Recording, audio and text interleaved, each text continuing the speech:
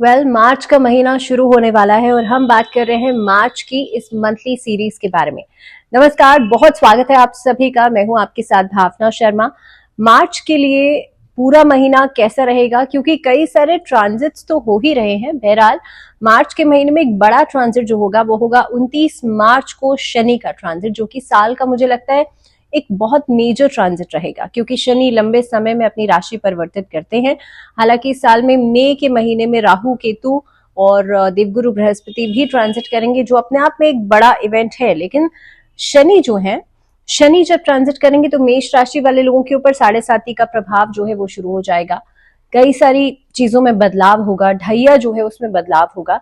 लेकिन मेजर इस वीडियो में या इस सीरीज में हम बात करने वाले हैं मार्च के महीने की। मार्च का पूरा महीना सभी राशियों के लिए कैसा रहेगा, और इस सीरीज में शुरुआत है तो मेष राशि वाले लोगों के बारे में बात होगी इस वीडियो के अंदर। तो सबसे पहले हम शुरुआत करें इस महीने की। आपका जो चार्ट है वो समझ लेते हैं। इस महीने के अंदर एक मेजर बात क्या है, मेष राशि वाले लोगों के लिए चार्ट का जो केंद्र है आपका वो बिल्कुल खाली है। अब आप देखेंगे राहु, शुक्र और बुध का कंजंक्शन है 12th हाउस में। इसके बाद सूर्य और शनि का कंजंक्शन है आप लोगों के लिए एकादश भाव में। देवगुरु बृहस्पति द्वितीय भाव में रहेंगे। मंगल जो है पराक्रम भाव में रहेंगे। इसके अलावा केतु जो है वो तो लंबे समय से बैठे ही हैं आपके छठे भाव में। लेकिन इसके हिसाब से जो आपका केंद्र है, जो कि सेंटर ऑफ द चार्ट होता है, जो कि बहुत इंपॉर्टेंट होता है, वो खाली रहेगा।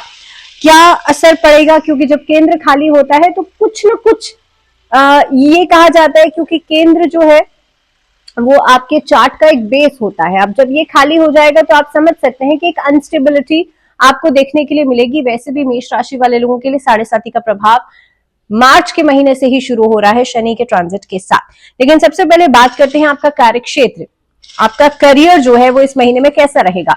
अब देखिए, करियर स्थान का स्वामी जो है इस महीने में, यानी कि इस पूरे समय के अंदर एक लाभ स्थान में बना हुआ है और ये आपके लिए अच्छी परिस्थिति बनती है। लेकिन शनि थोड़े से कमजोर रहेंगे और इस वजह से आपकी एफर्ट्स जो हैं, आप जितनी मेहनत कर रहे हैं उसके हिसाब से आपको रिवॉर्ड मिलने में थोड़ी देरी होगी या थोड़ी मेहनत ज्यादा करनी पड़ेगी आपको। इस महीने के अंदर आप देखेंगे लगभग 15 तारीख तक आपके काम बनते हुए नजर आएंगे, लेकिन 15 तारीख के बाद कठिनाइयां हो सकती हैं। इस अवधि के अंदर सूर्य भी गोचर कर जाएंगे और सूर्य चले जाएंगे द्वादश भाव में। कार्यक्षेत्र में आपके जो अधिकारियों से जुड़े हुए मामले हैं वहां पर, किसी अथॉरिटी से जुड़ा हुआ मामला है यहाँ पर, या फिर तुलनात्मक रूप से देखा जाए तो पिछले महीने के अनुसार आपको इस महीने में ज्यादा सावधानी बरतने की जरूरत है। कुछ चीजें ऐसी बिल्कुल हो सकती हैं, खास तौर पे किसी अथॉरिटी से जुड़ी हुई या किसी सरकारी कामकाज से जुड़ी हुई, जो कि आपके लिए फेवर में नहीं रहेंगी और आपको उस पर मेहनत ज्यादा करनी होगी।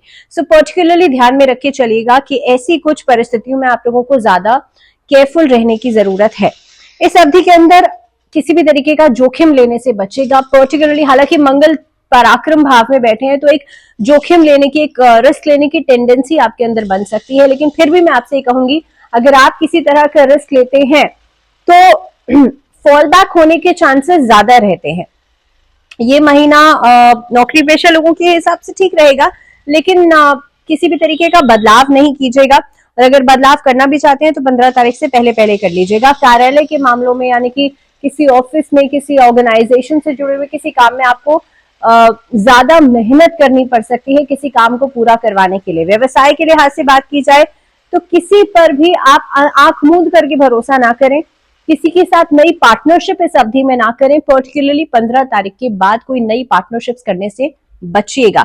पैसे का लेन देन करने से बचेगा। भाई छोटा अमाउंट तो ठीक है, लेकिन कोई बड़ा अमाउंट का ट्रांजैक्शन कर रहे हैं, बहुत सोच समझ के कीजिएगा। आर्थिक स्थिति की बात की एक और चीज, यहाँ पर इस महीने के अंदर प्रशासन से जुड़े हुए कार्यों में आपको ज्यादा सावधान रहना होगा। आर्थिक स्थिति की बात कर लेते हैं तो भाई लाभ भाव के स्वामी शनि जो है वो सामान्य तौर पर आपके लिए इस महीने के अंदर थोड़े से अस्त भी हैं, और दूसरी बात इस महीने के अंदर ट्रांजिट भी कर जाएंगे, तो द्वादश भाव में चले जाएंगे और 7.5 का प्रभाव शुरू हो जाएगा। लेकिन वो होगा महीने के एंडिंग में, यानी कि 29 मार्च के बाद, 29 मार्च को। अब ये जो परिस्थिति बनती है इसमें आपको मेहनत थोड़ी सी ज्यादा करनी तो पड़ेगी, लेकिन आर्थिक स्थिति के हिसाब से स्टेबिलिटी बढ़ेगी। देखिए, महीने की शुरुआत में सूर्य और शनि बैठे हैं आपके एकादश भाव में, यानी कि पैसा कमाने की टेंडेंसी या पैसा कमाने की एक जो जिज्ञासा है वो ज्यादा रहेगी। राहु, शुक्र और बुध इस महीने में लग्जरियस चीजों के ऊपर या बहुत इंपल्सिवली खर्चा आपसे करवा सकते हैं, बिना सोचे समझे खर्चा करवा सकते हैं। देवगुरु बृहस्पति बैठे हैं द्वितीय भाव में, अब यहाँ पे धन भाव में बैठे हैं और इस समय पर मार्गी भी रहेंगे, तो पैसा आएगा तो सही लेकिन खर्चा ज्यादा होगा, खर्चा करने की टेंडेंसी आपकी बढ़ जाएगी। जैसे मैंने पहले ही कहा कि व्यवसाय में बिना सोचे समझे ट्रांजैक्शन नहीं कीजिएगा क्योंकि वहां पर लॉस होगा। किसी नए कार्य की शुरुआत 15 तारीख के बाद नहीं कीजिएगा क्योंकि वहां पर लॉस होगा। इसके अलावा पैसा आने के चांसेस जो बनते हैं आपके लिए, किसी प्रॉपर्टी में लेन देन में या प्रॉपर्टी में इन्वेस्ट करना आपके लिए अच्छा रहेगा, या किसी पुरानी प्रॉपर्टी को बेचने से पैसा आ सकता है। इस अवधि के अंदर खास तौर पे अगर आप घर परिवार के साथ कोई कार्य कर रहे हैं या कोई फैमिली बिजनेस आपका चल रहा है, वहां पर खर्चा होगा भी लेकिन पैसा भी आएगा।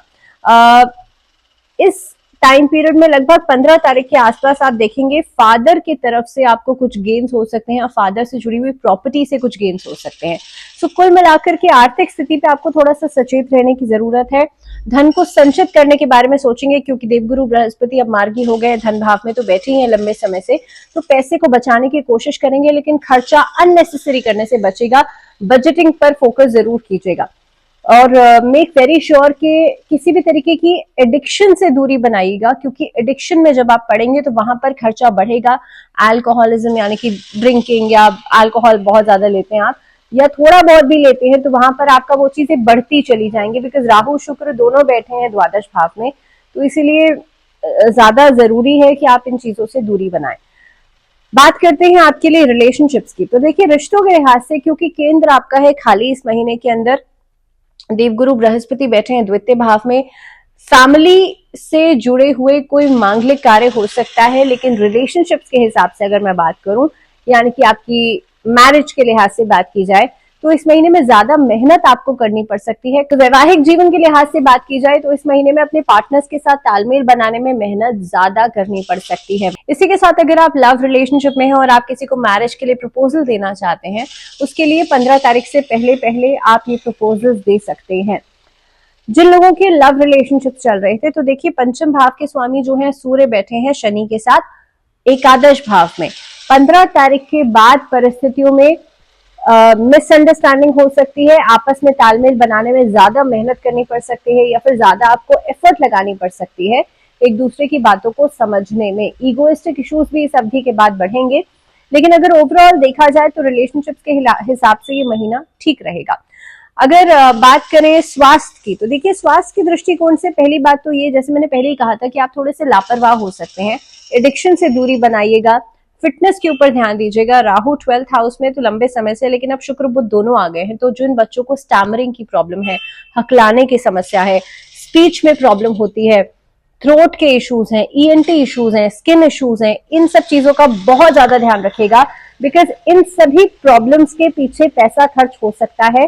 स्किन एलर्जी आपने ध्यान नहीं दिया, बढ़ गई, उसके बाद उसके ऊपर लगातार पैसा खर्च होगा और वहां से लॉस की जो एक प्रक्रिया है वो बन सकती है, बिकॉज बुध भी बैठे हैं 12th हाउस में, राहु भी बैठे हैं 12th हाउस में, तो इसलिए आपके लिए जरूरी है कि छोटी छोटी चीजों को भी निग्लेक्ट नहीं कीजिएगा। सेकेंडली, किसी बच्चे को अगर स्पीच की समस्या है या बोलने चालने की समस्या है तो इस वजह से हो सकता है कि ये परेशानी इस अवधि में बढ़ जाए। इस टाइम पीरियड के अंदर स्वास्थ्य के दृष्टिकोण से ये कुछ चीजों का आपको ध्यान रखना है। सच कोई मेजर इशू नहीं दिखाई देता है, लेकिन अदरवाइज अगर मैं बात करूं, क्योंकि आपके लिए शनि सूर्य एकादश भाव में रहेंगे महीने की शुरुआत में और बाद में महीने के मिड में चले जाएंगे सूर्य 12th हाउस में, तो कॉन्फिडेंस को लेकर के कमी आपको दिखाई देगी, जिसकी वजह से बार बार आपको ये लगेगा कि बहुत ज्यादा एंग्जाइटी बढ़ रही है। उसके लिए क्या करना है, सूर्य को नियमित रूप से जल दीजिएगा, और जब आप जल देंगे तो एक तरीका होता है सूर्य को जल देने का, जब आप जल देंगे तो उसकी जो धार है पानी की, उससे सूर्य की किरणें रिफ्लेक्ट होकर आप पर पड़नी चाहिए। यू विल सी कि कॉन्फिडेंस भी बढ़ेगा, आप देखेंगे आपका पराक्रम भी बढ़ेगा, और साथ ही साथ में जो हेल्थ का लॉस है वो खत्म होगा, स्किन इश्यूज खत्म होंगे, और कहीं ना कहीं पे आप देखेंगे जो एंग्जाइटी लेवल्स है वो खत्म होंगे। बात करते हैं पारिवारिक जीवन की। तो मैंने पहले ही कहा कि देवगुरु बृहस्पति बैठे हैं सेकंड हाउस में। कोई मांगलिक कार्य इस अवधि में करा सकते हैं, किसी कार्य के संपन्न होने के चांसेस ज्यादा बनते हैं इस अवधि के अंदर।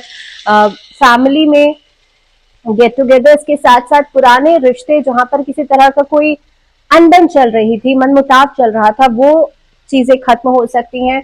किसी बड़े की बात को लेकर के इस अवधि में कोई बड़ा डिसीजन लिया जा सकता है। मार्च का महीना मेष राशि वाले लोगों के लिए बड़ी डेवलपमेंट्स करवा सकता है फैमिली से जुड़ी हुई।